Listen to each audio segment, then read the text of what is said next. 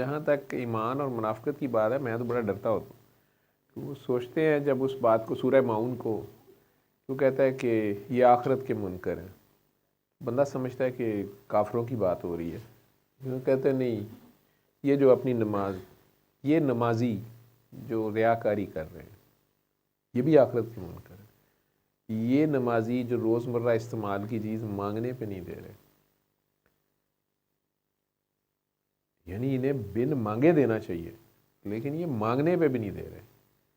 یہ نمازی جو یتیم کو دھکے دیتے ہیں، یتیم، بیوہ، مسکین، مسافر، یہ قیدی، بھوکے کو کھانا نہ کھلاتے ہیں نہ کھلانے کی ترغیب دیتے ہیں، یہ آخرت کے منکر. تو آخرت کے منکر آپ تبھی ہیں جب آپ کو پتہ بھی ہے کہ اگر آپ کہتے ہیں کہ میں قیامت پہ بلیو کرتا ہوں، لیکن اس کے باوجود آپ جو ہے اس فکر سے، اس بات کا کلیم کرنے کے باوجود کہ آپ کا قیامت پہ ایمان ہے، آخرت پہ ایمان ہے، جو کہ مسلمان کے دین کا لازمی جز ہے، جس کے بغیر آپ کا ایمان مکمل نہیں ہوتا. ان 5 چیزوں میں سے ایک چیز آخرت، قیامت کا، روز قیامت کا اقرار ہے، حساب کا، یوم دین کا ماننا ہے.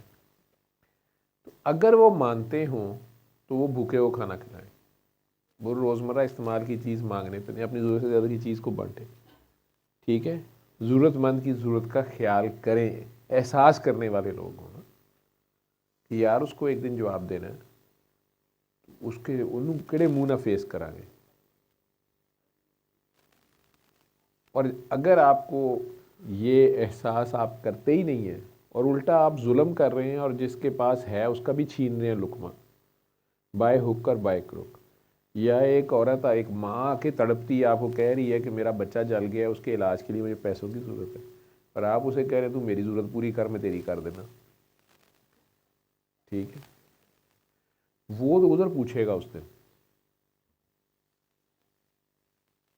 یہاں پہ انسان جو ہے یہ بھی پوچھ لیتے ہیں.